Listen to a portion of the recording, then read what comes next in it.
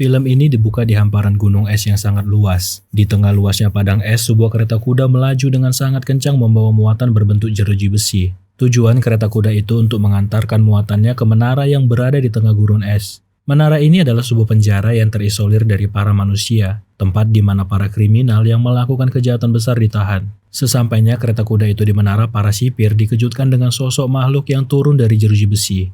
Makhluk itu adalah sesosok orc yang menjadi tahanan pada hari itu. Kemudian makhluk itu dibawa ke ruangan selnya, di mana di dalam sel itu sudah ada 2 tahanan lainnya. Seorang penyair bernama Edgin dan seorang wanita dari suku barbarian bernama Holga. Makhluk itu pun mencoba untuk mengintimidasi Holga karena melihat kalau dia ini satu sel dengan seorang wanita. Mungkin dia menganggap dengan fisiknya yang menyeramkan ini dia bisa menguasai sel itu dan menjadi penguasa di dalam sel itu. Sebelumnya Edgin sudah memperingatkan dia supaya jangan mengganggu Holga yang lagi makan.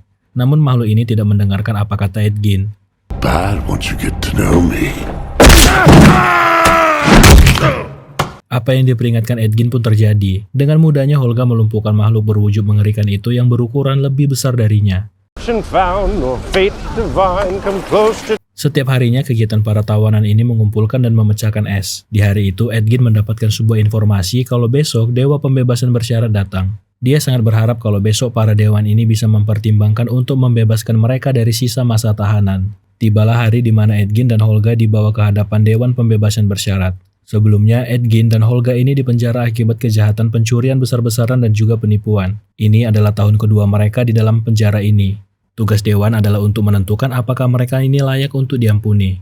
Namun sebelum Edgin mengajukan bandingnya, dia bertanya di mana Dewan Jarnatan berada, karena mereka mengandalkan Dewan itu untuk hadir di sidang hari ini. Karena jika Hakim Jarnatan hadir, dia bisa meyakinkan para hakim lainnya untuk menyetujui banding yang diajukan oleh Edgin. Namun di hari itu Dewa Jarnatan terlambat datang karena terjebak badai salju. Edgin pun mulai menceritakan bagaimana dia dan Holga bisa sampai dijebloskan ke penjara dan dia sebenarnya bukan seorang pencuri jahat seperti apa yang dituduhkan para hakim. Sebelum berakhir di jeruji besi, dia adalah salah satu anggota dari fraksi Harper, sebuah kelompok mata-mata yang bersumpah untuk melawan tirani, membela yang tertindas dan tidak meminta imbalan. Dia juga pernah menikahi seorang wanita bernama Zia yang mendukung apa yang dilakukannya meskipun dia tahu resiko dari pekerjaan Edgin ini dan juga tahu kalau Edgin tidak dibayar sepeser pun dalam penugasan ini. Setiap harinya Edgin ini melakukan tugasnya sebagai mata-mata, seperti di siang hari dia menguping para tentara bayaran, menghentikan para bandit dan bahkan menangkap juga mengadili penyihir merah Tahayan. Sama seperti pekerja pada umumnya, di malam harinya dia pulang ke istri tercintanya dan juga putrinya yang bernama Kira. Sejujurnya ada keraguan dari diri Edgin dengan sumpah bekerja tanpa dibayar ini. Namun istrinya selalu berkata kalau dia tidak perlu memberikan mereka segalanya, cukup dirinya yang bisa pulang dengan selamat. Sebagai seorang mata-mata dia pasti punya musuh di mana-mana, dan pada malam itu para penyihir merah Tahayan datang untuk balas dendam. Mereka datang untuk menyerang rumahnya dan menghabisi nyawa istrinya. Untungnya istrinya masih sempat menyembunyikan anak mereka supaya tidak menjadi korban para penyihir merah Tahayan. No cleric can repair the damage from a red wizard's blade. He had died. So did my devotion to my oath. Setelah tragedi yang terjadi ke istrinya, dia memutuskan untuk berhenti dari fraksi Harper. Demi keselamatan putrinya dan untuk lebih fokus membesarkan putrinya. Beberapa bulan berikutnya, situasi semakin rumit untuk Edgin dalam merawat dan membesarkan putrinya. Di saat itulah dia untuk pertama kalinya bertemu dengan Holga yang kasihan dengan diri dan juga bayinya. Holga ini dulunya diusir dari sukunya karena jatuh cinta dengan orang di luar suku mereka. Sekarang dia tinggal di desa yang sama dengan Edgin. Hubungan mereka pun menjadi akrab, tapi tidak ada rasa di antara mereka. Hanya hubungan dengan rasa hormat dan kepercayaan. Awalnya mereka berusaha untuk hidup jujur dan berkecukupan. Namun dikarenakan situasi keuangan yang semakin menipis, mereka memutuskan untuk mencoba cara baru dalam mencari uang. Mereka mulai melakukan pencurian untuk mendapatkan uang lebih. Edgin ragu untuk meninggalkan Kira sendirian di rumahnya mengingat apa yang terjadi sebelumnya. Sehingga dalam setiap aksi mereka dia selalu membawa dan melibatkan Kira. Bahkan sekarang mereka sudah punya aliansi. Seorang penyihir amatir bernama Simon dan pria bernama Forge yang selalu menghasut mereka untuk mencuri sesuatu yang lebih besar. Memang mereka ini para gerombolan pencuri, namun Edgin punya standar dalam mencuri. Mereka tidak boleh mencelakai siapapun dan hanya merampok orang yang sangat-sangat kaya. Tapi semua itu berubah ketika penyihir bernama Sofina meminta bantuan mereka. Si penyihir ini meminta bantuan mereka untuk merampok sebuah gudang penyimpanan yang berisikan banyak harta bekas sitaan para pelaku kriminal di Benteng Harper, organisasi tempat Edgin dulunya bergabung. Gudang itu penuh dengan barang-barang yang tidak ternilai harganya dan cuma anggota Harper lah yang bisa masuk ke dalam benteng itu. Awalnya Edgin menolak tawaran ini, namun lagi-lagi Forge merayu dia untuk mengiyakan tawaran ini. Ditambah lagi, Forge berkata kalau di dalam gudang itu ada sebuah benda pusaka yang bisa membangkitkan orang mati. Mendengar itu, Edgin pun mengiyakan misi mereka kali ini karena dia bisa menghidupkan kembali istrinya dengan benda pusaka itu. Namun dalam misi ini Edgin tidak melibatkan Kira putrinya karena terlalu berbahaya. Dia berjanji ke Kira kalau ini akan menjadi pencurian terakhirnya. Dia juga berjanji kalau dia dan Holga pasti akan kembali.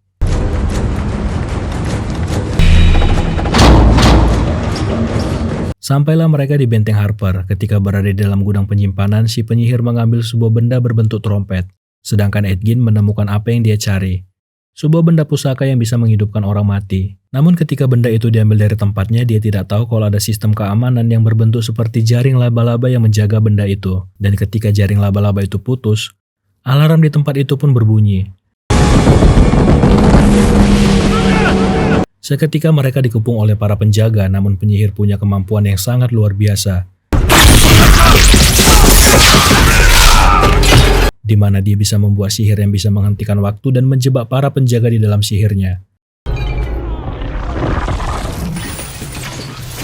Sayangnya Holga juga terjebak di dalam sihir itu. Edgin yang melihat itu awalnya berpikir untuk meninggalkan Holga. Namun dia tersandung dan salah satu kakinya masuk ke dalam sihir waktu sehingga dia tidak punya pilihan selain memberikan benda pusaka itu ke Forge untuk menitipkan benda itu dan juga menitipkan putrinya ke Forge. You have my word. Itulah cerita bagaimana Edgin dan Holga bisa sampai ditahan di penjara ini. Dia berharap dengan ceritanya ini Edgin dan Holga bisa dibebaskan dan mereka berjanji mencoba menebus apa yang pernah mereka perbuat. Namun sepertinya hakim masih belum bisa membebaskan Edgin dan Holga yang melakukan pencurian itu di Benteng Harper. Melihat kalau hakim menolak bandingnya, Edgin berkata supaya untuk menunggu dulu Dewan Jarnatan sebelum menolak banding mereka. Karena hanya Dewan Jarnatan lah yang bisa membebaskan mereka. Yang ditunggu-tunggu pun datang. Sesaat setelah Dewan Jarnatan datang, Edgin melancarkan aksinya. Holga, now! Oh, Jonathan! Ternyata maksud mereka menunggu Dewan Jarnatan ini supaya bisa kabur dari penjara. Setelah berhasil kabur dari penjara, mereka harus berjalan melewati luasnya gurun es sampai ke dataran yang lebih hijau. Setelah itu mereka malah mencuri 2 ekor kuda. Mereka kembali ke desa tempat tinggal Edgin untuk menemui putrinya Kira. Namun rumah Edgin dalam keadaan kosong. Tidak ada Kira di sana, hanya tersisa kecapi yang disimpan di laci lemari rumah. Untuk sekarang ini mereka bertujuan untuk mencari di mana Forge berada, karena pasti Kira putrinya bersama dengan Forge. Edgin berpikir kalau Forge ini pasti masih berada di sekitar kota dan selagi mereka mencari Forge, Holga juga berencana untuk mengunjungi kembali kampung halamannya. Di tengah kebuntuan mereka dalam mencari di mana keberadaan Forge, mereka mendapat petunjuk dari sebuah kertas yang ada gambar Forge. Namun sekarang dia sudah menjadi Lord Forge atau bisa dibilang sebagai seorang raja di Neverwinter.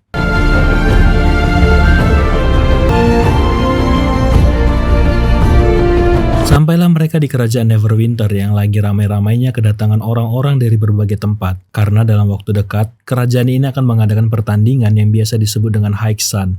Sebuah pertandingan antara manusia dengan monster. Setelah sekian lama, Edgin kembali bertemu dengan putrinya. Namun respon yang dia dapat tidak seperti apa yang diharapkan, apalagi mereka sudah tidak bertemu selama 2 tahun ini. Putrinya Kira membawa mereka untuk menemui Forge yang sekarang dia panggil sebagai paman. Tapi sebelum itu Edgin bertanya kenapa putrinya ini terlihat marah kepadanya, padahal dia sudah mencoba mengorbankan nyawanya untuk menemui dia. Di tengah percakapan mereka, Forge yang sekarang sudah berpenampilan seperti seorang raja datang menghampiri dan menyapa mereka layaknya seorang teman yang sudah lama tidak bertemu. Edgin menjelaskan kalau mereka dikeluarkan lebih cepat dari penjara karena berkelakuan baik. Setelah momen pertemuan itu, Edgin bertanya bagaimana bisa si Forge ini bisa menjadi raja di Neverwinter. Dia menjelaskan kalau setelah mereka tertangkap, Edgin yang menitipkan Kira di tangan Forge membuatnya tersadar kalau dia harus menjadi lebih baik. Dan di saat itu, raja sebelumnya sedang sakit. Sehingga dia yang gak bisa mengembalikan harta yang mereka curi dari gudang sebelumnya, dia gunakanlah hasil pencurian itu untuk modal kampanyenya. Tapi dia tidak melakukan semuanya ini sendiri. Dia menjadikan penyihir Sofina menjadi penasihatnya. Tentu saja Edgin dan Holga terkejut mendengar kalau Forge memperkerjakan orang yang hampir membuat mereka semua tertangkap. Edgin menanyakan perihal benda pusaka yang sebelumnya dia titipkan ke Forge, supaya dia langsung pergi membawa Kira. Hal ini malah membuat Kira salah paham kalau tujuan Edgin datang hanya untuk benda pusaka itu. Tapi ternyata selama ini Forge sudah mengatakan cerita bohong ke Kira. Kalau pusaka itu adalah sebuah benda yang bisa memberikan kekayaan, bukan untuk menghidupkan orang yang sudah mati, sehingga Kira mengira kalau ayahnya datang untuk tablet itu dan bukan untuk menemui dia. Edgin berusaha menjelaskan kalau selama ini Forge itu berbohong. Itu bukan benda yang bisa mendatangkan kekayaan, tapi sebuah benda yang bisa menghidupkan kembali ibunya. Edgin tidak mau menceritakan ini ke Kira sebelumnya, karena dia tidak mau membuat Kira kecewa kalau misalnya di hari itu mereka gagal mengambil benda pusaka ini. Tapi karena kuatnya hasutan dari Forge dan ditambah lagi dengan sebuah edaran kalau mereka ini buron yang semakin membuat Kira semakin percaya kalau ayahnya ini adalah seorang pembohong. Karena sebelumnya ayahnya bilang kalau mereka ini keluar lebih cepat karena berkelakuan baik. Kira, no, wait, Kira! Give her time. She's had years. Tuan Forge ini sangat licik. Selama bertahun-tahun dia sengaja mencoba untuk mencuci otak Kira dengan semua kebohongannya. Dan juga dia tidak mau menyerahkan benda itu ke Edgin ataupun ke Kira. Mendengar itu mereka berusaha untuk menyerang Forge yang licik ini. Tapi ketika Edgin dan Holga berusaha menyerang, penyihir sudah menyiapkan sebuah jebakan untuk mereka. Terungkaplah sebuah fakta baru kalau sebelumnya dia dan penyihir sudah bersekongkol. Awalnya mereka ingin menjebak Edgin, Holga, dan Simon. Tapi Simon si penyihir amatir itu berhasil kabur. Sekarang dia sudah menganggap Kira sebagai putrinya dan tidak mau menyerahkan Kira kembali ke Edgin. Dia pun memanggil pengawalnya untuk menyerahkan mereka kembali ke penjara dan juga untuk mengambil hadiah setelah menyerahkan mereka. Genuinely lovely to see you both. Namun setelah Forge pergi, si penyihir malah membisikkan supaya para pengawal ini menghabisi nyawa mereka berdua. Sebelum mereka dieksekusi, Holga dengan kecerdikan dan insting bertempurnya menggunakan paving block jalan untuk menyerang para penjaga.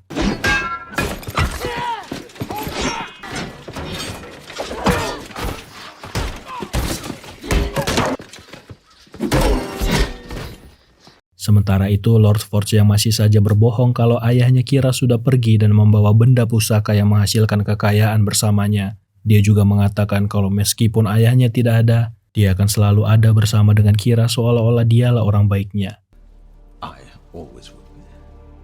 Setelah berhasil kabur dari penjaga yang akan mengeksekusi mereka, Edgin berencana untuk memaksa masuk ke dalam kastil supaya bisa menjelaskan ke Kira kalau apa yang dikatakan Forge ini semuanya bohong. Namun kastil itu lebih ketat penjagaannya, berbeda dengan gudang yang sebelumnya mereka masuki. Ditambah lagi, sekarang status mereka ini adalah buronan, sehingga mereka perlu tim untuk masuk ke dalam kastil dan juga menjara isi kastil dari Lord Forge demi mengambil benda pusaka yang dia curi.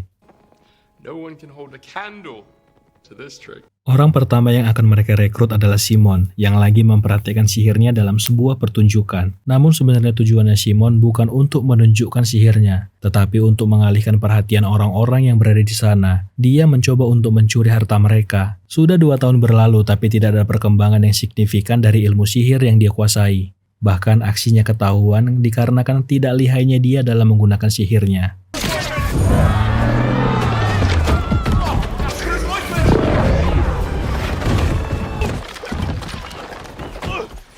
Setelah aksinya yang gagal ini, Simon bergabung dengan Edgin dan Holga. Simon bercerita kalau ternyata selama 2 tahun terakhir ini Sofina berusaha untuk menghilangkan nyawanya. Namun, Forge diam saja dengan hal itu, dan gosipnya, raja sebelum Forge ini dibuat sakit oleh penyihir Sofina supaya membuka jalan untuk Forge menjadi seorang raja. Itulah alasan Edgin menceritakan rencananya dan mencoba memasuki kastil Lord Forge. Yang menurut Simon, hal ini tidak masuk akal dan sama saja dengan menyerahkan diri mereka ke Forge. Sehingga mustahil untuk mereka memasuki kastil karena sudah pasti langsung dikenali oleh para penjaga. Sehingga Edgin berencana untuk merekrut 1 orang lagi dari suku Druid yang bisa merubah wujudnya menjadi hewan untuk mengelabuhi para pengawal yang berjaga di kastil. Ternyata Simon punya kenalan seorang druid bernama Doric, karena sebelumnya dia sempat menyukai wanita dari suku druid itu. Tapi karena minder, Simon membatalkan niatnya untuk mendekati Doric dari suku druid. Di hari itu Doric yang bisa merubah wujudnya membantu seorang wanita yang akan dieksekusi oleh para Algojo Forge.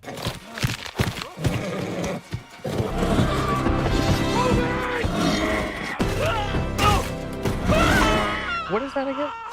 Dengan kemampuannya, dia merubah wujudnya menjadi hewan setengah burung hantu dan setengah beruang yang membuat dia bisa melawan seluruh anak buah dari Forge. Melihat kemampuan Doric, mereka pun mengikuti dia sampai ke tempat tinggalnya, sebuah desa yang berada di tempat yang sangat tinggi. Awalnya, Doric tidak mengenali Simon, sehingga Simon menjelaskan kalau dulunya dia pernah mencoba merayu dia dan sekarang tujuannya untuk mengajak dia meruntuhkan tirani yang dilakukan Forge. Doric ini diasuh oleh para suku Wood. orang-orang yang tinggal di pepohonan di hutan, karena awalnya Dorek ini lahir dari rahim seorang manusia kemudian dibuang karena dia terlahir sebagai seorang droid yang bisa merubah dirinya menjadi hewan. Dan suku Wood inilah yang menerima dan mengasuh dia selama ini. Sehingga untuk membalaskan budi para suku Wood ini, dia bergabung dengan fraksi Emerald Enclave untuk melindungi mereka. Itulah kenapa tadi dia menyerang para Algojo yang akan mengeksekusi salah satu dari suku Wood. Awalnya Dorek menolak ajakan Edgin untuk bergabung dalam timnya, apalagi dia sangat tidak mempercayai seorang manusia. Namun dikarenakan seluruh usaha suku Wood untuk menjatuhkan tahta Forge gagal, dia pun bergabung dengan tim untuk menyelinap masuk ke dalam kastil Forge.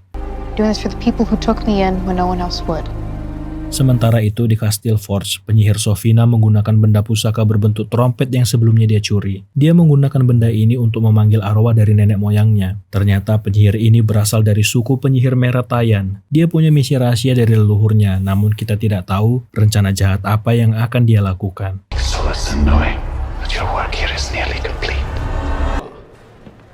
Di tengah percakapan mereka, Forge masuk karena para raja dari negara lain telah tiba di kastil mereka. Dia memperkenalkan sistem keamanan baru di kastilnya, di mana berangkas penyimpanan miliknya dilengkapi dengan sistem perlindungan sihir dan segel dari penyihir Sofina.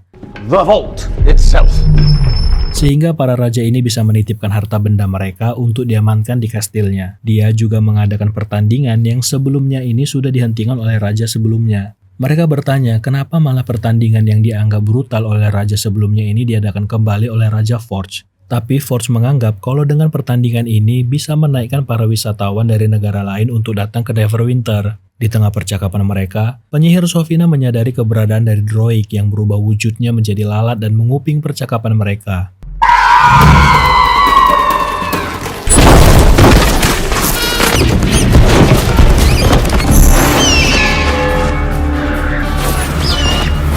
Dengan sihirnya, penyihir Sofina mencoba untuk menangkap droid. Dia merubah tubuhnya menjadi bentuk-bentuk hewan supaya bisa kabur dari kastil itu. Setelah berhasil kabur dari kastil, dia menceritakan apa yang dia lihat di dalam kastil. Kalau selama ini penyihir Sofina itu berasal dari suku penyihir merah Tayan. Dan sekarang putri dari Edgin berada di tengah-tengah penyihir yang menghabisi nyawa ibunya. Kemudian droid juga mengatakan kalau lemari besi tempat penyimpanan Lord Forge itu disegel oleh segel misterius yang disebut dengan segel Mordenkainen. Sihir yang tidak bisa ditembus, kecuali si Simon ini adalah penyihir yang paling kuat di dunia. Mustahil dengan kemampuan dia saat ini untuk membobol lemari besi itu. Tapi ada benda pusaka yang bisa membuka segel ini. Benda pusaka berbentuk helm yang dinamakan helm disjunction, yang sudah hilang selama berabad-abad yang lalu. Tapi untuk sekarang ini mereka tidak tahu harus mulai mencari dari mana benda pusaka ini. Namun Holga mengingat kalau dulu sukunya pernah bertarung melawan sekte naga di Evermorge, sehingga dia mungkin tahu keberadaan di mana helm ini. Tapi pertempuran itu sudah terjadi seabad yang lalu, pasti mereka yang berperang pada masa itu sudah tidak ada lagi di dunia. Untungnya Simon punya sebuah alat sihir yang punya kemampuan untuk berbicara dengan orang yang sudah mati. Kembali ke penyihir Sofina, dia mulai melancarkan aksinya dengan membawa salah satu penyihir merah Tayan untuk masuk ke dalam lingkungan kastil dan menghabisi para pengawal istana.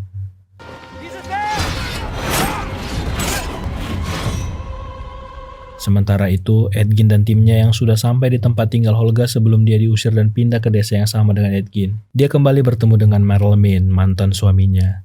Holga. Hello, Marlemin. Namun situasi sudah berbeda. Kini Marlemin sudah menikah dengan wanita dari suku yang sama dengan Holga. Keputusan ini dikarenakan istrinya yang sekarang ini lebih jujur dalam mencari uang, berbeda dengan Holga yang sedikit barbar dalam mencari uang. Namun dengan rendah hati, Marlemin meminta supaya Holga untuk tidak membencinya karena hal ini. I'm gonna show Marlemin and the Elk Tribe. They were fools to let me go. Sampailah mereka di tempat pemakaman di mana para leluhur Olga dikuburkan. Suku dari Holga menganggap kalau tempat ini suci karena tempat para pejuang dikuburkan. Mulailah mereka menggali dan menggunakan token yang bisa membangkitkan orang yang sudah tidak bernyawa. Mereka mulai menanyai satu persatu tubuh pejuang sampai pada di mana ada satu pejuang yang bercerita kalau dia memberikan helm itu kepada seorang penyihir Tayan. Penyihir ini bernama Seng Yendar. Dia kabur dari suku penyihir merah dan tinggal di pengasingan. Dia berjanji akan menjaga helm ini sebelum si pejuang itu kehilangan nyawanya. Mendengar itu, Edgin tentu saja ragu dengan kebenaran cerita ini, ditambah lagi helm itu di tangan penyihir merah. Namun Droig membenarkan cerita itu karena dia pernah mendengar juga tentang penyihir baik bernama Seng Yendar yang sering membantu orang lain menggunakan sihirnya. Bukan hanya Droig yang tahu tentang penyihir ini. Holga dan juga Simon juga pernah mendengar penyihir bernama Seng Yendar yang sering membantu banyak orang. Sebenarnya berat bagi Edgin untuk meminta bantuan dari penyihir ini. Apalagi dia merasa kalau akan mengkhianati istrinya jika bekerja sama dengan penyihir yang menghabisi nyawa istrinya. Holga pun berjanji jika si penyihir Seng ini tidak seperti apa yang dikatakan orang, dia akan membelahnya menjadi dua. Informasi terakhir, si penyihir Seng ini bekerja sebagai anggota Harper di Mournbin Shield, di mana Edgin juga punya masa lalu dengan fraksi Harper. Bertemulah kita dengan sosok penyihir Seng, di mana di hari itu dia kembali melakukan perbuatan baik dengan menyelamatkan anak dari suku yang berwujud kucing dari mulut ikan besar yang sebelumnya mau memakan si anak itu.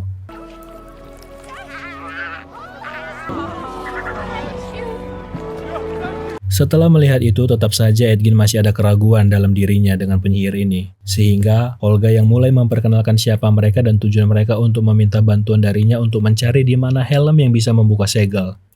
Awalnya penyihir Seng menolak karena helm itu memakan banyak korban. Namun ketika Holga menyebutkan tentang si penyihir merah Tayan, raut wajah penyihir Seng pun berubah. Come with me. Kemudian dia mengajak mereka untuk ke tempat perlindungan fraksi Harper. Penyihir Seng juga mengetahui kalau Edgin ini dulunya pernah bergabung dengan fraksi Harper. Dia menjelaskan kalau Force sudah beraliansi dengan penyihir merah, pasti itu bukan hanya soal politik. Tapi ada rencana besar yang sedang mereka rencanakan. Ceritanya dahulu kala ada kudeta yang dilakukan oleh salah satu ahli sihir yang melindungi sebuah negara. Di tengah perayaan itu dia mengeluarkan kekuatan sihir pelahap jiwa dari benda pusaka yang berbentuk trompet. Dengan benda pusaka ini dia mengubah semua penduduk menjadi mayat hidup, yang nantinya dia akan gunakan sebagai pasukan untuk menaklukkan seluruh bangsa. Death. A spell that would consume the soul with the aid of his red wizards.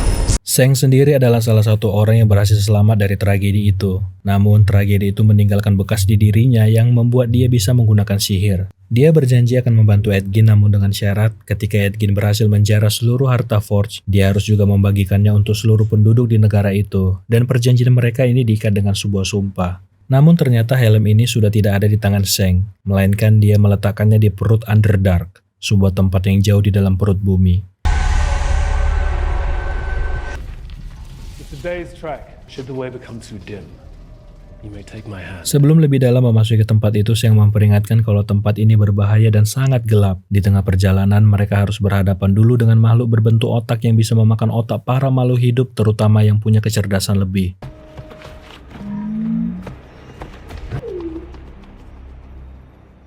Helm itu berada di seberang jembatan, tapi tidak semudah itu. Mereka harus menyeberangi teka-teki rumit supaya bisa sampai ke seberang. Namun dikarenakan kecerobohan Simon, jembatan itu pun runtuh dengan seketika.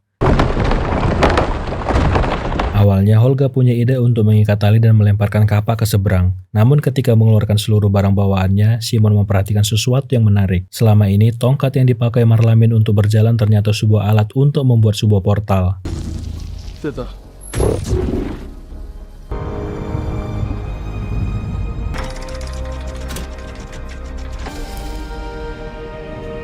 Sebelum memberikan helm yang mereka cari ke Edgin, penyihir Seng menyadari sesuatu. Ada orang lain dan bisa dibilang sesosok iblis yang juga ada di tempat itu. Mereka adalah para dari Tayan yang ditugaskan penyihir Sofina untuk menghabisi nyawa Edgin dan Holga.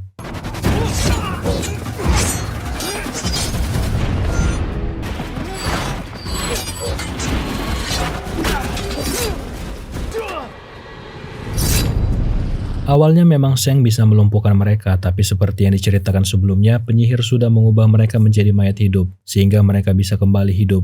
Berniat untuk kabur dari para mayat hidup, ternyata ada monster yang lebih besar yang ada di tempat itu. Sesosok naga gendut yang siap melahap mereka.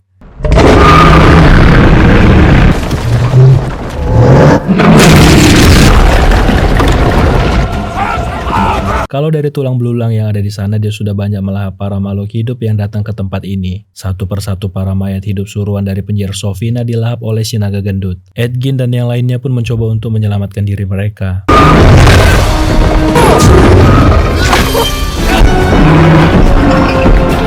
Awalnya naga itu hampir memakan Edgin, tapi untungnya penyihir Sheng membantu dia dari mulut naga yang siap menyantap Edgin dengan cara menusuk mulut naga itu dengan pedangnya.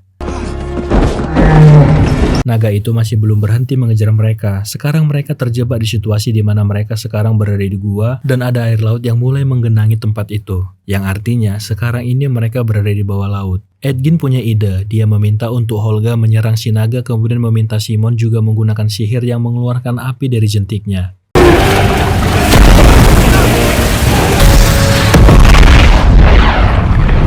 Dengan ide Edgin itu, mereka berhasil selamat dari kejaran si naga gendut, kemudian berenang ke tepi pantai di mana dia dan Sheng berpisah. Alasan penyihir Sheng tidak ikut dalam perjalanan ini karena ini adalah pencarian dari Edgin untuk mengembalikan putrinya. Dan dia juga sudah sangat-sangat membantu Edgin dalam menemukan helm pusaka. Karena hanya Simon yang bisa menggunakan sihir dalam tim mereka, jadi dialah yang akan menggunakan helm ini. Ketika dia memakai helm itu, tiba-tiba saja waktu berhenti. Hanya dialah yang bisa merasakan hal itu. Lalu tiba-tiba ada sesosok pria misterius yang menghampiri dia di dimensi itu. Pria itu bertanya apakah dia sudah cukup pantas untuk menggunakan helm itu. Simon berkata kalau dia cukup percaya diri bisa menggunakan helm ini dengan kemampuan sihirnya. Namun si pria itu tidak yakin dan kemudian menempatkan tongkatnya lalu melemparkan Simon kembali ke dimensinya. Melihat Simon yang terlempar, Edgin bertanya apa yang terjadi. Simon menjelaskan kalau dia bertemu dengan kakek buyutnya dan dia mau mencobanya lagi untuk menggunakan helm ini. Leave for Neverwinter. You fail! I never get my family back. Edgin dibangunkan dari mimpinya oleh Simon yang kesal karena dia tidak bisa menggunakan helm itu. Sudah berjam-jam dia mencoba untuk melewati kakek buyutnya, tapi tidak ada hasil juga. Simon kesal karena tidak berhasil dengan helm itu sehingga merembet kemana-mana. Dia mengatakan kalau Edgin tidak bisa melakukan apapun, hanya bisa memerintah. Dikarenakan tidak ada kejelasan apalagi Simon tidak bisa menggunakan helm itu, Droid juga berencana untuk pulang. Aren't you sick of failing? No! That's the whole point! Tapi sekali lagi Edgin meminta supaya mereka membantu dia. Semua ini Edgin lakukan karena dia merasa bersalah. Karena yang membuat istrinya kehilangan nyawa adalah ulahnya sendiri. Ketika menangkap salah satu penyihir dari Tahyan, dia mencuri sebuah emas yang sudah diberi tanda oleh penyihir merah yang menuntun mereka mengetahui di mana Edgin tinggal. I didn't even have the good luck to be home when they got there. Mendengar kisah menyedihkan dari Edgin, Holga, Simon, dan Roy pun luluh hatinya kemudian kembali membantu Edgin. Tapi sekarang mereka harus memikirkan cara lain untuk bisa masuk ke dalam kastil dan juga ke tempat penyimpanan Forge. Edgin teringat kalau Forge pernah berkata, Raja dari Baldur akan mengantarkan carahan mereka untuk disimpan ke lemari besi milik Forge. Disitulah dia mendapatkan ide untuk menyeludupkan sebuah lukisan dan membuat sebuah portal supaya bisa menyeludup masuk ke dalam lemari besi.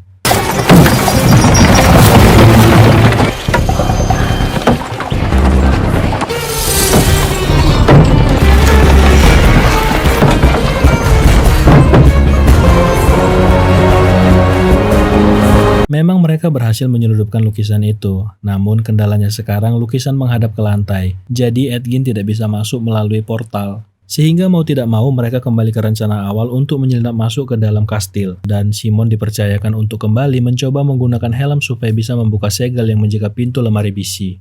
Oh, I got a good feeling about Plan C. Oh, let's celebrate. Stuck. Concentrate, son. There! Interlopers!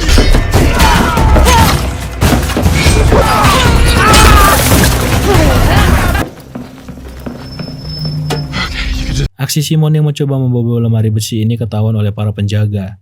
Di saat yang terjepit itulah dia mampu menguasai helm yang ternyata pria yang dia kira kakek buyutnya itu ternyata adalah dirinya sendiri di masa depan. Took you long enough?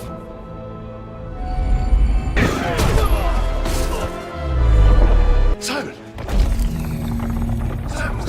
Namun ketika berada di dalam berangkas penyimpanan tidak ada apa-apa di sana, malah ada penyihir Sofina sudah menyiapkan jebakan untuk mereka. Sementara di tempat lain, Droid melihat kalau harta-harta ini siap untuk dipindahkan melalui jalur laut menggunakan kapal milik Forge. Di tempat lain, Edgin bertemu dengan anaknya Kira. Dia berusaha menjelaskan kalau apa yang dikatakan Forge selama ini sebuah kebohongan. Namun di saat dia mencoba menjelaskan, Kira malah tertawa-tawa yang ternyata penyihir Sofina lah yang menyamar dan juga kembali lagi sudah menyiapkan jebakan untuk Edgin.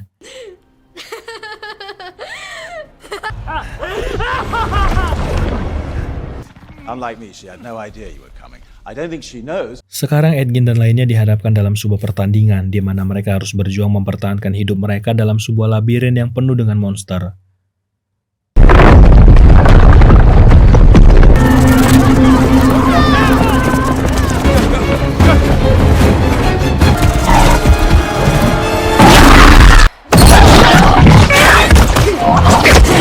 Kapal Forge sudah siap untuk meninggalkan kerajaan Neverwinter. Dia sengaja mengumpulkan semua harta ini untuk dirinya sendiri. Kembali ke Edgin dan timnya, Droid punya ide bagaimana selamat dari pertandingan ini. Mereka harus menggunakan timing yang tepat untuk masuk ke dalam kubus yang berbentuk jelly untuk selamat dari kejaran para monster.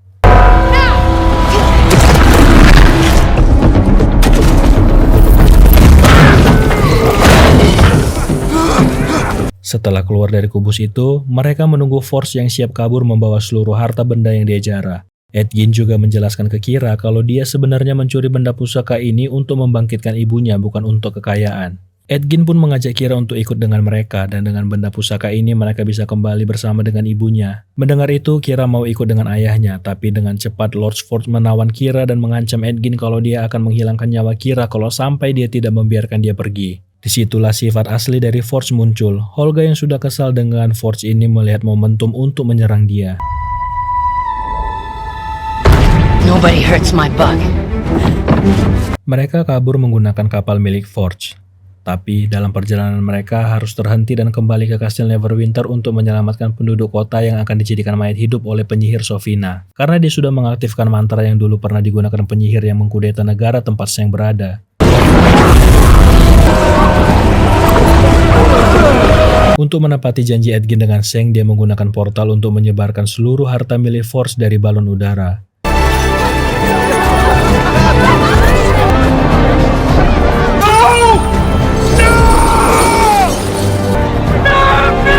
Sebelum melawan penyihir Sofina, Edgin meminta supaya Kira tetap bersembunyi sampai situasi membaik. Kira menggunakan liontinnya yang bisa membuat dia tidak terlihat.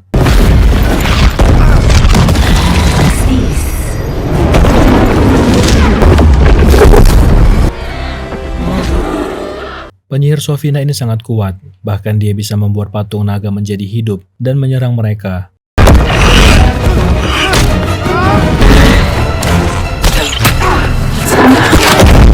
Bahkan saking kuatnya penyihir Sofina ini, mereka berempat dibuat kewalahan.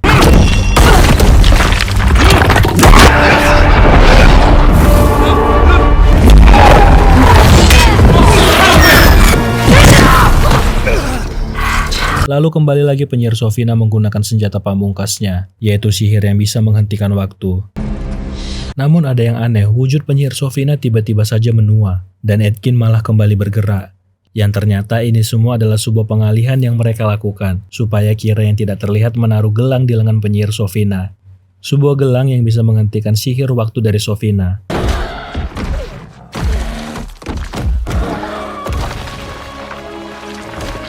Namun di balik keberhasilan mereka, ternyata Holga tertusuk oleh pedang penyihir merah. Simon tidak bisa berbuat apapun, dia tidak bisa menyembuhkan Holga.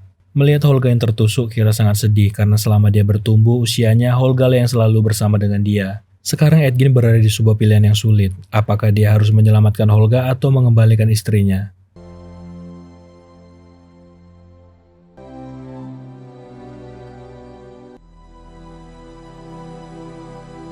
Seekor capung menghinggapi Edgin yang mengingatkan dia kembali kepada istrinya. Edgin pun memutuskan untuk membangkitkan kembali Holga yang membuat dia kaget kenapa pilihan Edgin mengembalikan dia ke dunia.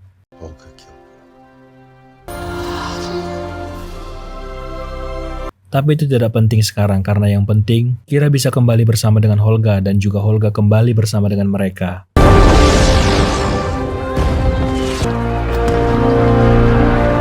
Setelah terhapusnya sihir Sofina, Raja sebelumnya pun sadar dari tidur panjangnya.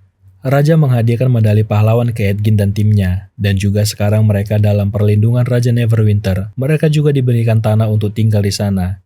Sementara itu, Lord Forge dalam pelariannya ditangkap oleh penyihir Seng dan dijebloskan ke penjara. Dia mencoba untuk mengajukan banding namun ditolak. Dia juga mencoba apa yang pernah dilakukan Edgin dan Holga terhadap Hakim Jarnatan. Tetapi apa yang dilakukan dia gagal. Dan itulah hukuman yang harus dia terima untuk Lord Forge.